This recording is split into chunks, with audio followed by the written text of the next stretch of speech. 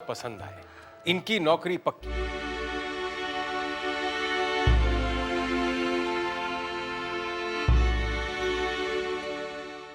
छोटी बहू रानी ने आपको बुलाया है। भला छोटी बहू ने मुझे क्यों बुलाया है? तूने कहा ना उनसे कि मैं मिलना चाहती हूँ।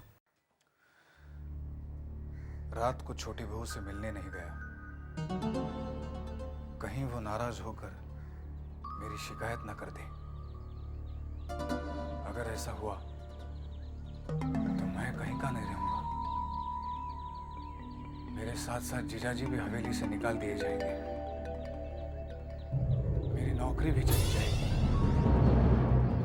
सुविनय बाबू, जबा मेरे बारे में क्या सोचेंगे?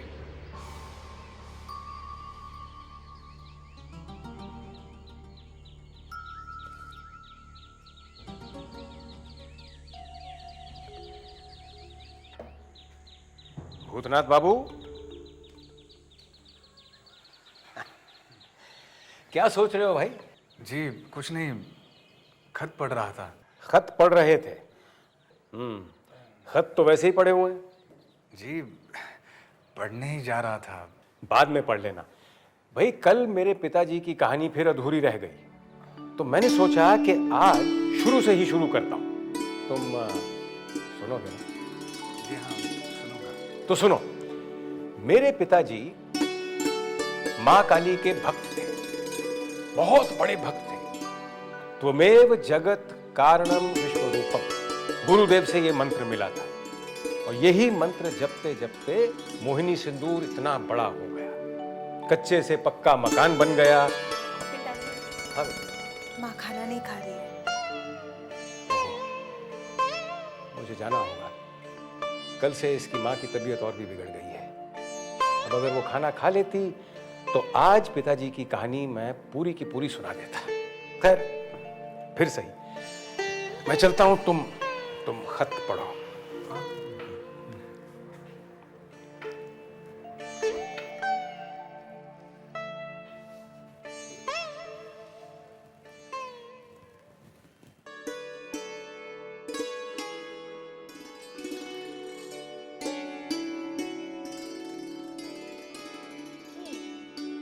तो ये काम है तुम्हारा?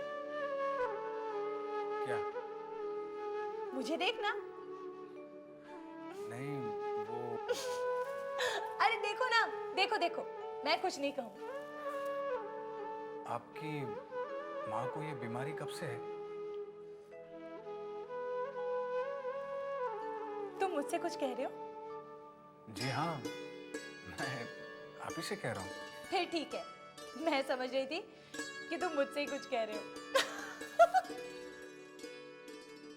अरे क्या हुआ? सर में दर्द है? नहीं, क्यों? तुमने सर पकड़ लिया? वो तो मैंने ऐसे ही पकड़ा था। ओह, तुम ऐसे भी पकड़ लेते हो? क्या सोच रहे हो कि मैं तुम्हें बहुत सता रही हूँ और तुम मेरी शिकायत पिताजी से जाकर करोगे? नहीं, मैंने ऐसे बिल्कुल नहीं सोचा। आप गाना बहुत अच्छा गाती हैं। तुमने मेरा गाना कब सुना? पहली बार जब मैं आया था, आप गा रही थी। जी कर रहा था आप गाती रहे, मैं सुनता रहूं। किसी दिन सुनाएंगी आप वो गाना? किसी दिन क्यों? मेरे जन्मदिन पर आ जाना, सुना दूंगी। पर अकेले मत आना।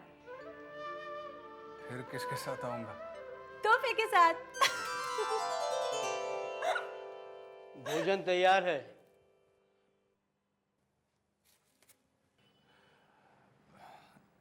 एक बात बताइए, भंडार से सामान कौन देता है? मैं देती हूँ। क्यों? नहीं, कुछ नहीं, ऐसे ही पूछा।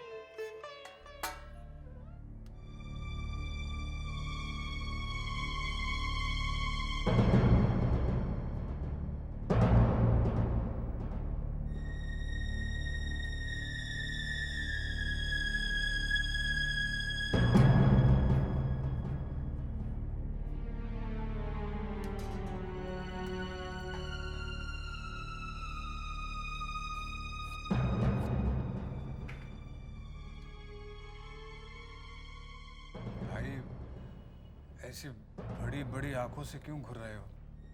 जितने भोले आप दिखाई देते हैं उतने हैं नहीं। तुम कहना क्या चाहते हो? आपको जो कहना था कह ही आए ना। क्या क्या कहा मैंने और किससे कहा? मेरी शिकायत की है आपने कि मैं आपको भरपेट खाना नहीं देता। क्या शिकायत? और मैंने? हाँ हाँ, आपने। मेरी एक बात गांठ बांध कर रख लीजिए, मुझसे बनाकर चलेंगे तो यहाँ टिक पाएंगे, वरना चलते फिरते नजर आएंगे। तुम्हें गलतफहमी हुई है, मैं ऐसा आदमी नहीं हूँ। मुझे आदमियों की खूब परख है, समझे आप? आप जैसे न जाने कितने किरानियों को मैंने देखा है। भला चाहते हैं तो आगे से सोच समझ कर चलिएगा, वरना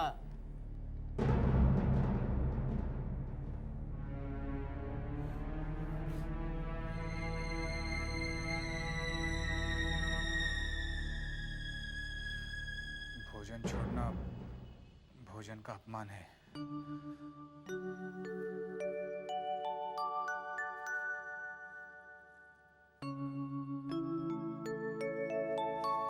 कल से मैं दफ्तर में भोजन नहीं करूंगा। सुविनय बाबू होते तो मैं आज ही बोल देता। कल बोल दूंगा उन्हें मेरे हिस्से का अनाज ना दे। भला इतने अपमान के बाद? तेरे भंडार में अनाज की कमी है? आखिर तूने क्या सोचकर एक शरीफ लड़के के साथ ऐसा बर्ताव किया है? अब यहाँ क्या खड़ा है? उठा अपना बोरिया बिस्तर और दफा हो जा। किसी भी अहंकारी को मैं अपने यहाँ नौकर नहीं रखूंगा। दोबारा ऐसी गलती नहीं होगी मालिक, इस बार माफ कर दीजिए। माफ कर दूंगा। तू और एक घड़ी यहाँ रुका तो मैं तुझे साफ कर दूंगा। भूतनाथ बाबू, सच बताना, इसने तुमसे क्या क्या कहा? जी, इसने ऐसा कुछ नहीं कहा। इसने जो कहा वो मैं सुनना चाहता हूं, फिजूल की बात नहीं सुनना चाहता। जी, इसने महज इतना ही कहा कि मेरा अगर इसके साथ ऐसा ही रवैया रहा तो मैं यहाँ टिक नहीं पाऊंगा, लेकिन अपमान नहीं किया। अपमान करने को और रही क्या गया था? तुम्हें दो जूते मारता ये। तू यहाँ खड़ा रहा तो मैं तुझे जूते जरूर लगाऊंगा। जा यहाँ से, जा। मेरी समझ में नहीं आता भूतनाथ बाबू, तुम नौजवानों की पीढ़ी इतनी दबकू क्यों है? जिसका जी चाहता है तुम्हारी तौहीन कर जाता है। एक तरफ तो गुंडों के डर से तुमने औरतों को पर्दे के पीछे छुपा रखा है, और दूसरी तरफ 33 करोड़ लोगों ने देश को, खुद को गोरों का गुलाम बना रखा है। चुल्लू पर पानी नहीं मिलता तुम लोगों को डूब मरने को। जी, मैं समझ नहीं पा रहा हूँ। आप तुम सच को छुपा रहे हो, मगर जबा ने मुझे सब सच बता दिया है। हाँ, जब महाराज तुम्हें धमकी दे रहा था तब मैंने सब सुन लिया था। ये बात तुमने मुझसे अभी तक कही क्यों नहीं? कहते कैसे पिताजी? चोर तो ये मुझे ही समझ रहे थे ना। इनके हिसाब से भोजन का सामान मैं ही कम देती थी। क्यों? ठीक कह रही हूँ ना? भला मैं भोजन का सामान कम क्यों दूंगी? भरपेट भोजन देने के अलावा मेरा तुमसे संबंध ही क्या है?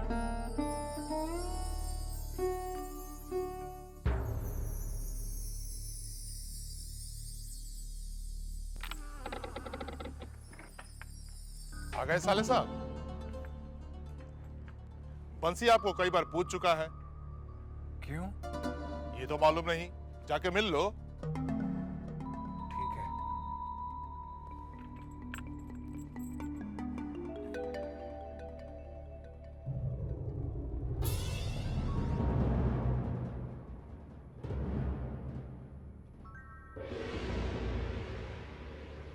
जरूर छोटी बहू का संदेशा होगा। कहीं कुछ गड़बड़ तो नहीं? नहीं, अगर कुछ गड़बड़ होती तो दरबान को भी पता होता।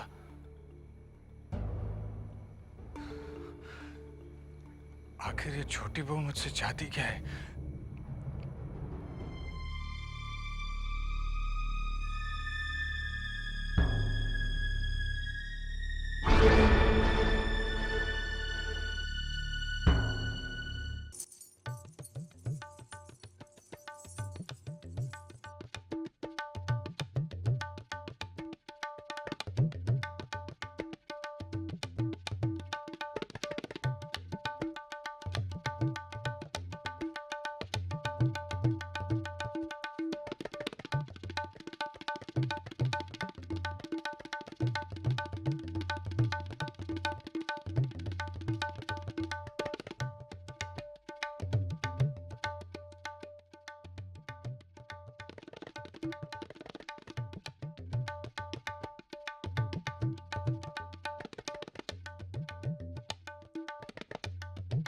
वाह, बहुत अच्छा तबला बजा लेते हैं आप।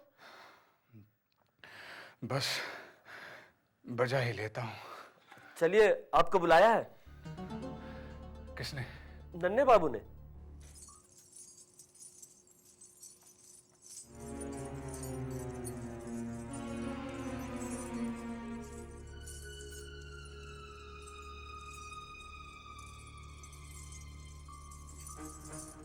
हुजूर, हुजूर,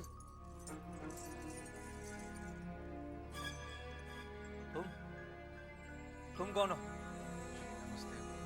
हुजूर, यही है मास्टर जी के साले साहब जो तबला बजा रहे थे। अरे अरे, आओ आओ भाई, तुम इधर आओ।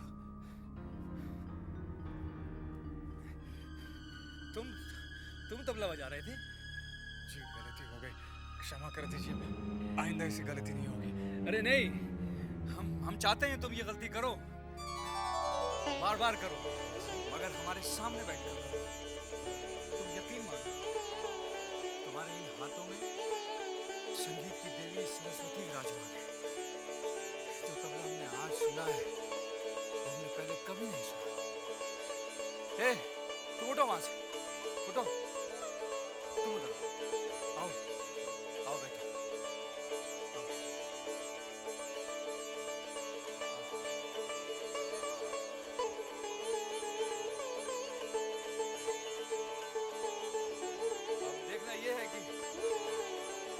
जोश इस कलाकार के बाजुओं में ज्यादा है या फिर इस फनकारा के पैरों में?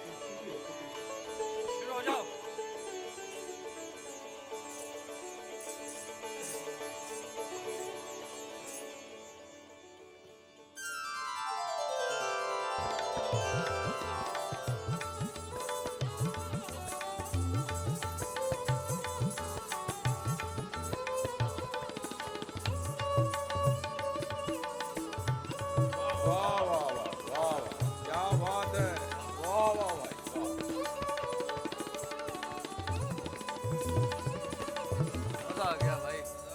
समा बांध दिया। आज से ज्यादा मजा पहले कभी नहीं आया। काफी मेहनत हो गई, थोड़ी चलेगी? जी अरे भाई, ये देसी नहीं, विलायती शराब है। मैं पीता नहीं।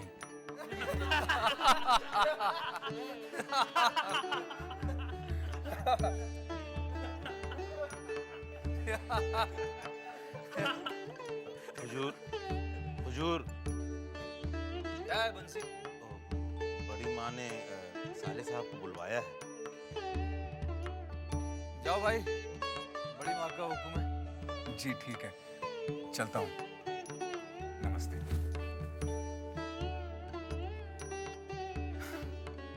अब तुम शुरू हो जाओ।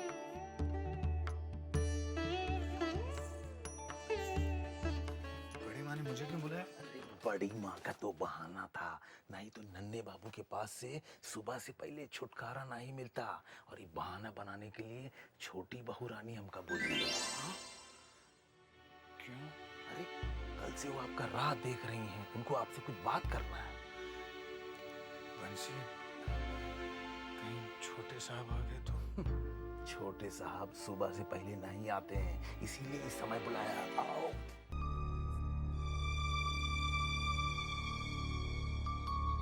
कौन है?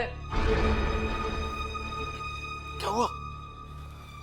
ये कौन थे? ये है घड़ी बाबू, हवेली के बहुत पुराने नौकर हैं, समझे, बूढ़े हैं। इनका काम है हवेली की सारी घड़ियों का समय मिलाना और दूसरे का समय नष्ट करना। वो कैसे? हवेली के साहब और बहुओं को छोड़ के जो भी इनके सामने पड़ जाते हैं ना, वो का जबरदस्ती बैठाए कि जो उन किस्सा शुरू करते हैं तो घड़ी के सुई की तरह रुकते ही नहीं। बाकी है, चल जल्दी झूला।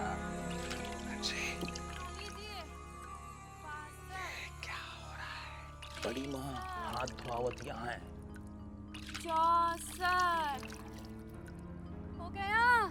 अरे बहुत छुआछूत वाली हैं, अगर उनके ऊपर कौनो साया पड़ जाए या गलती से केहू से उनका हाथ छू जाए तो जाना तो कितने बार हाथ धोआ थी। कितनी बार 64 बार हाथ धोवती तब जाए के कहीं पवित्र होती। 64 बार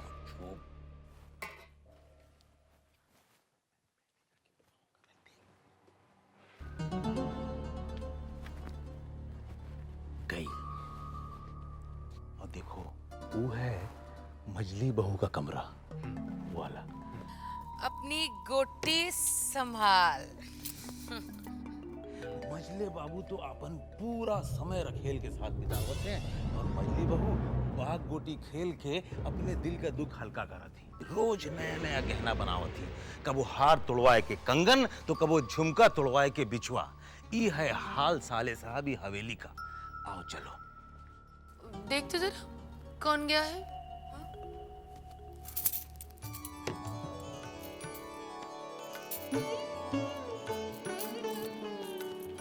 कोई नहीं है।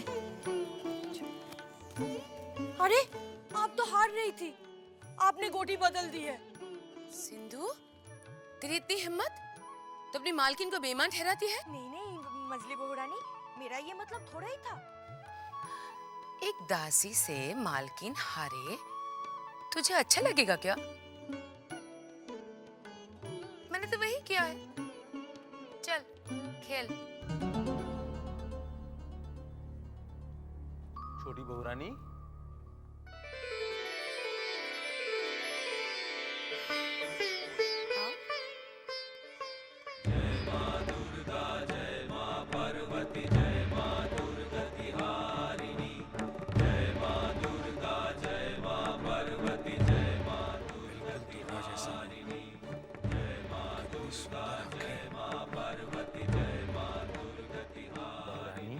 ये है साले साहब।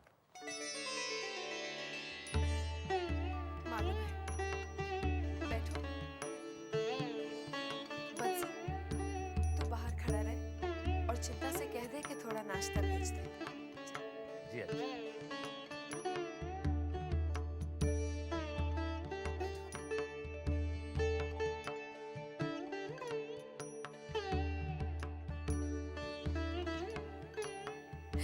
वहां नहीं, यहाँ ऊपर बैठो।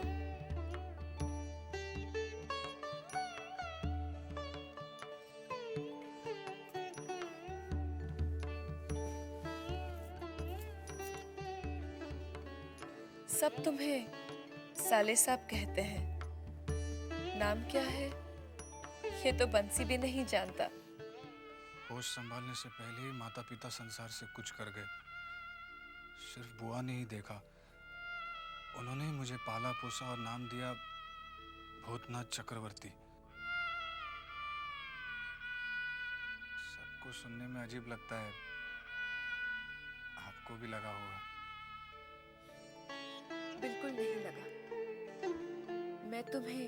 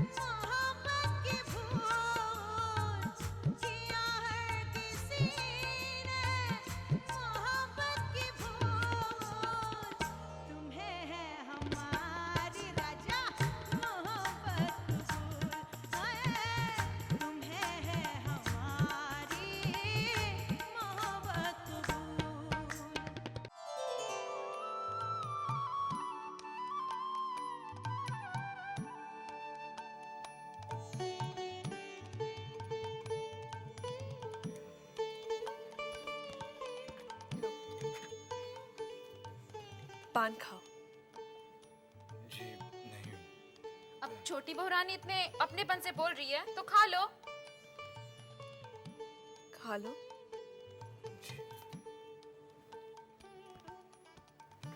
चिंता तू जा, काम होगा तो मैं बुलवा लूंगी।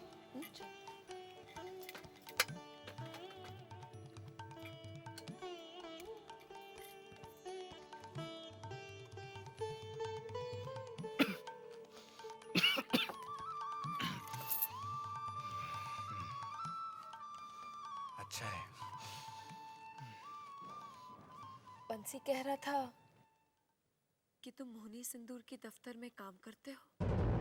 जी हाँ, कहीं और अच्छी नौकरी मिल जाएगी तो छोड़ दूंगा। मेरा कहने का ये मतलब नहीं था। मैं तुमसे मोहनी सिंदूर के बारे में जानना चाहती थी कि मोहनी सिंदूर का असर होता भी है कि नहीं। जी, सुविने बाबू ने तो मुझे यही बताया था कि माँ काली की कृपा है मोहिनी सिंदूर पर। मैंने पंचांग में मोहनी सिंदूर का विज्ञापन पढ़ा था। मैंने उसे संभाल के रखा है। जब तुम्हारे बारे में पता चला तो सोचा कि क्यों ना तुमसे ही सच्चाई का पता चल जाए। जी, और उनकी बेटी जबा, वो तो मोहिनी सिंदूर की बहुत ही तारीफ कर रही थी। कह रही थी कि मोहिनी सिंदूर से बहुतों को फायदा पहुंचा है, बिजली सी तेजी है वगैरह वगैरह। बहुत ज्यादा बोलती है वो। मैं कुछ बोलने जाता हूँ तो फट से रोक देती है। बड़ी तेज और चंचल है, लेकिन दिल की बड़ी अच्छी है। मैंने तुमसे मोहनी सिंदूर के बारे में पूछा था और तुम मुझे जबा के बारे में बताने लगे।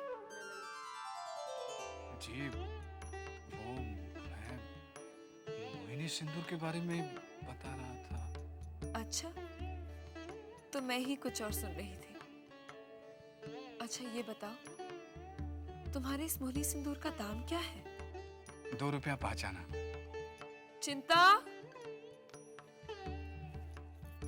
जी छोटी बहू रानी। ये ले कुंजी और भूतनाथ को 5 रुपए दे दे। जी, 5 रुपए का मैं क्या करूंगा? रख लो, चाहे तो बाद में लौटा देना।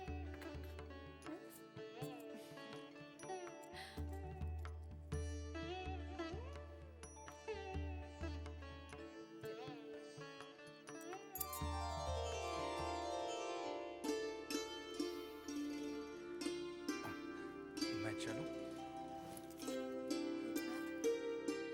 ध्यान रहे, सिंदूर का जिक्र किसी से नहीं करना।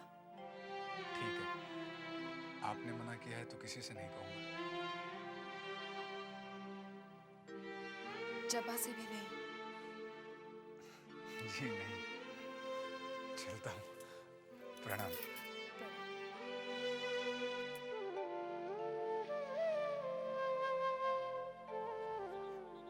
हवेली के रास्ते का तो आपको ज्ञान नहीं है।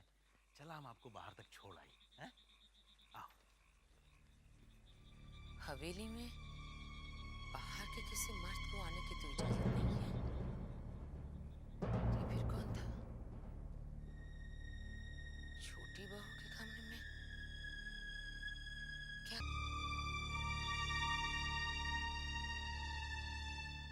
भाई साहब, कहाँ गए थे आप? जी, वो मैं जीजा जी। जिस बात को कहने में जुबान लड़खड़ा जाए, उसमें अक्सर आदमी भी लड़खड़ा जाता है। लेकिन समझदार वही है जो लड़खड़ाने के बाद भी संभल जाए।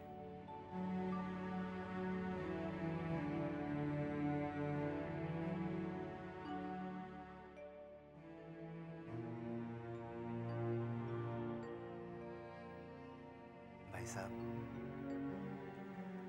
यहां मैंने आपको अपनी जिम्मेदारी पे रखा है। मेरी मान मर्यादा को ठेस मत पहुंचाना।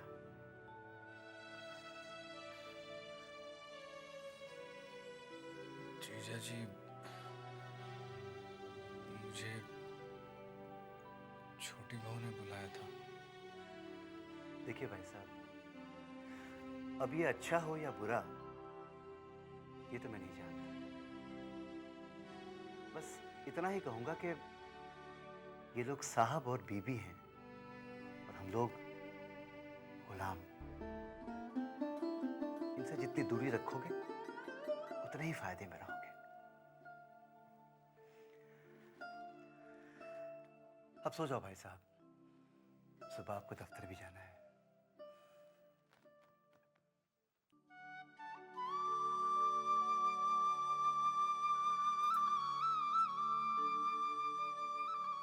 चिंता, जी छोटी बहू रानी।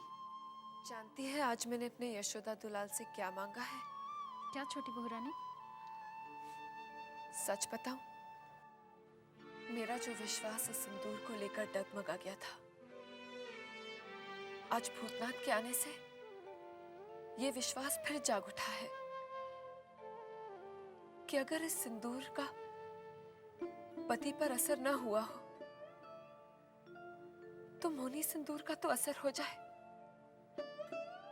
हे यशोदा दुलाल, तूने भले ही इस सिंदूर की लाज न रखी हो, मोनी सिंदूर की लाज रख लेना। छोटी बहू रानी, भूतनाथ भैया ने क्या कहा? मोहिनी सिंदूर का असर होता है? पता नहीं क्यों भूतनाथ से बात करके और मोहिनी सिंदूर के बारे में जान के मुझे एक हिम्मत सी मिल गई है। भूतनाथ के आने से मुझे ऐसे लगा जैसे मेरे अकेलेपन को एक सहारा मिल गया हो। इन जमींदारों के बीच में मेरा कोई अपना, मेरे गांव का जैसे कोई सगा संबंधी आ गया हो। भूतनाथ भैया मुझे भी बहुत अच्छे लगे। उनके चेहरे पर कोई छल कपट नहीं, भोलापन और मासूमियत झलकती है। तूने ठीक कहा, जो आदमी दिल का अच्छा होता है वो पहली मुलाकात में ही अच्छा लगने लगता है। आज मैंने एक प्रण लिया है। कैसा प्रण छोटी बहू रानी? कि जब तक मैं मोहिनी सिंदूर नहीं लगाऊंगी मैं अन्न नहीं खाऊंगी, और जिस दिन मैं मोहिनी सिंदूर लगाऊंगी उस दिन मैं पूरा उपवास रखूंगी। तो क्या छोटी बहू रानी, अगर भूतनाथ भैया 1-2 दिन में मोहिनी सिंदूर न ला पाए तो आप व्रत से ही रहेंगी? हाँ, अपने पति को पाने के लिए ये तो क्या, मैं कुछ भी कर सकती हूँ।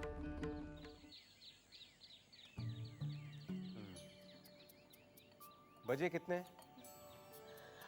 पिताजी, घड़ी में तो 2 बजे लेकिन इनके चेहरे के 12 बज गए। भोजन नहीं किया ना अभी तक? लेकिन बेटी, भोजन में इतनी देर क्यों? आप पिताजी ये ठहरे ब्राह्मण, इनके लिए ब्राह्मण रसोई का इंतजाम करना पड़ेगा ना। तो करो ना। पिताजी वो तो जब आएगा तब आएगा, लेकिन आज का क्या? आप मेरा कहा मानिए, आज के दिन उपवास रख लीजिए। क्यों जबरदस्ती उसको उपवास रखवा रही हो? ठीक है, रसोई में जाकर मैं हांडी चढ़ा देती हूँ, तुम खुद आकर उतार लेना। हंस क्यों रहे हो? आ रहे हो ना? जी आ रहा हूँ। बैठो।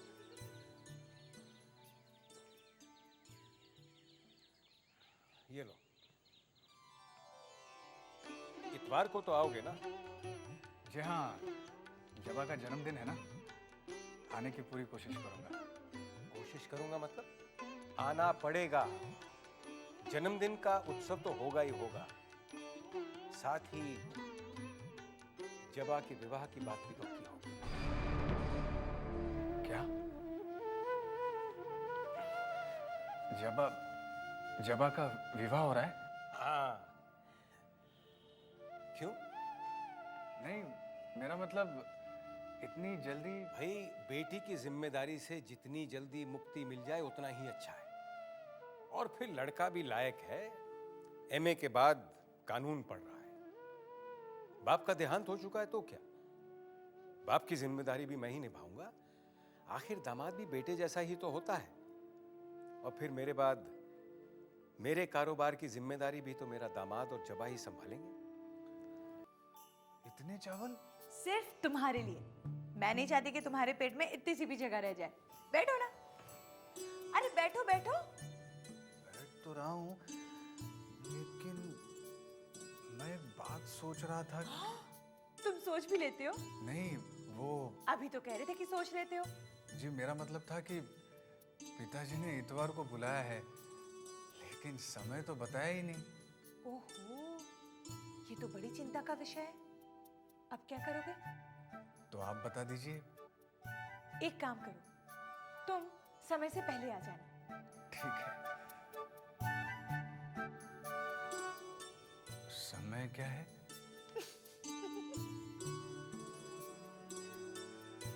आपको मेरा नाम सुनकर भी हंसी आई, अब मेरी बातों पर भी हंस रही हैं आप। क्या करूं, तुम्हारी बातें ही ऐसी है। समय शाम का है। पिताजी ये भी कह रहे थे कि उसी दिन आपके विवाह की बात पक्की हो रही है। अब जब पिताजी कह रहे थे तो ठीक ही होगा। हाँ, सच तो ये भी है कि वो बहुत ही भाग्य वाला होगा जिसकी आपसे शादी हो रही है। ये तुम दिल से कह रहे हो या मुंह से? लीजिए, दिल में बात आई तभी तो मुंह पर आई। बड़े बुद्धू हो तुम। सच कहा आपने, बुआ भी यही कहती थी। मगर इतनी अम्ल तो है कि मैं कह सकता हूँ कि आप सब लड़कियों से एकदम अलग हैं। अच्छा, कितनी लड़कियों को जानते हो तुम?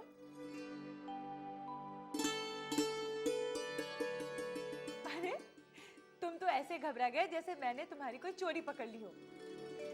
एक बात आप मुझे सच सच बताएंगी? मैं जानती हूँ तुम क्या जानना चाहते हो, लेकिन मैं बताऊंगी नहीं। आपकी बड़ी मेहरबानी होगी, ये किसी की जिंदगी का सवाल है। मुझे देखकर भी तुम्हें तुम्हारे सवाल का जवाब नहीं मिलता। भला जब तक आप बताएंगी नहीं तो मुझे कैसे पता चलेगा? तुम वाकई में बुद्धू हो। पूछो। आपके मोहिनी सिंदूर का कोई फल भी होता है? अचानक ये सवाल क्यों पूछा तुमने? जरूरी है मेरे लिए। चिंता, ए चिंता। अरे मंजली दीदी, आप कैसी हो छोटी बहू? रोज जैसी हूँ वैसी ही।